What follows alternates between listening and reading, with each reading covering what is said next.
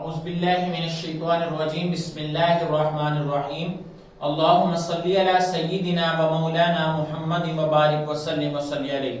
معزز ناظرین السلام علیکم ورحمۃ اللہ وبرکاتہ۔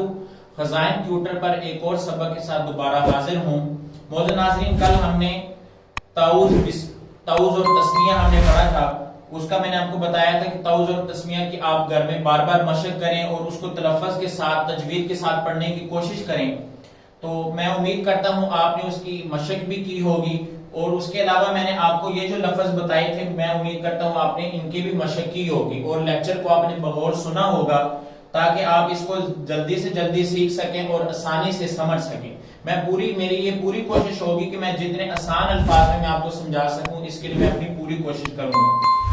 معزز ناظرین کیونکہ تعوذ اور تسمیہ ایک پہلی چیز ہے، بیسک چیز ہے، میری یہ کوشش ہوگی میں ہر لیکچر میں آپ کو تعوذ اور تسمیہ کی مشق 2-3 دفعہ خود بھی کرواؤں، تو انشاءاللہ میں ابھی بھی آپ کو اس کی مشق کرواتا ہوں۔ چلے اپنے سبق کی طرف بڑھتے ہیں۔ اعوذ باللہ من الشیطان الرجیم، بسم اللہ الرحمن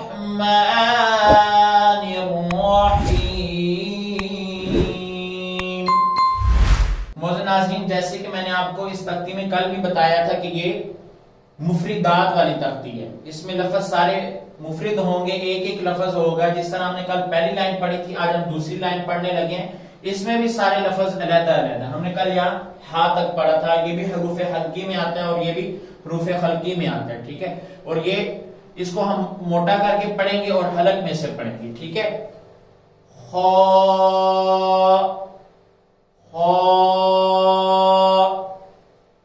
دال ذال۔ معزز ناظرین دال بھی نرم حروف میں آتا ہے، ہم اس کو نرم کر کے پڑھیں گے۔ ذال را زا سین۔ معزز ناظرین یہ جو سین لفظ ہے یہ سیٹی والے حروف میں آتا ہے۔ اس کی سیٹی جب آپ اس لفظ کو ادا کر رہے ہو تو شروع میں اس کی سیٹی کی آواز محسوس ہونی چاہیے۔ سین سین۔ اس کے بعد ہے شین صاد واد قا۔ یہ موٹے حروف میں آتے ہیں، صاد ضاد قا، یہ موٹے حروف میں آتے ہیں، ہم ان کو موٹا کر کے پڑھیں گے۔ قا وا عین۔ عین حروف حلقی میں سے آتا ہے، اس لیے ہم اس کو حلق میں سے ادا کریں گے انشاءاللہ۔ جو اگلا ہم آخر میں جب پڑھیں گے تو وہ پورا ایک چارٹ آپ کو نظر آئے گا جس میں ایک ایک لفظ کا لکھا ہوگا کہ یہ لفظ کون کون سے حروف میں سے ہیں، تو وہ بھی انشاءاللہ جب آپ یاد کر لیں گے تو آپ نے اس چیز کی جب مشق کریں گے، اس لیکچر کو بار بار سنیں گے، کیونکہ اگر میں زیادہ ڈیپلی آپ کو پڑھاؤں گا تو اس میں بہت زیادہ ٹائم لگ جائے گا۔ اگر آپ جب اس لیکچر کو ایک دفعہ سنیں گے، لفظ کو سمجھ سکیں گے، جب لفظ آپ کو سمجھ آ جائے گی تو پھر کوشش ہے کہ آپ جب اس کی مشق کریں گے تو انشاءاللہ وہ پھر آپ آسانی سے ادا کر لیں گے۔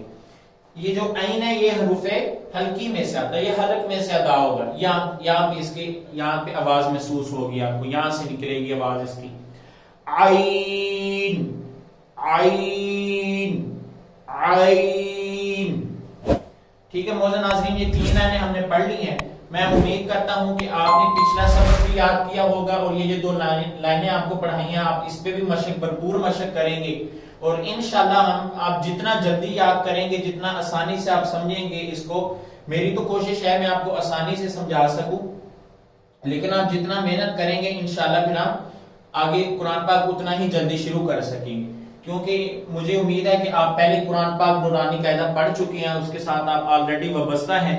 میں ایک دفعہ آپ کی دہرائی کے لیے کچھ بیسک چیزیں ہیں تجوید کے لیے، وہ میں آپ کو اس لیے بتا رہا ہوں کہ ہم آگے جا کے تجوید کے ساتھ پڑھ سکیں۔ معزز ناظرین کل کے سبق کے لیے مجھے اجازت دیں، انشاءاللہ کل میں دوبارہ ایک اور سبق کے ساتھ حاضر ہوں گا۔ والسلام۔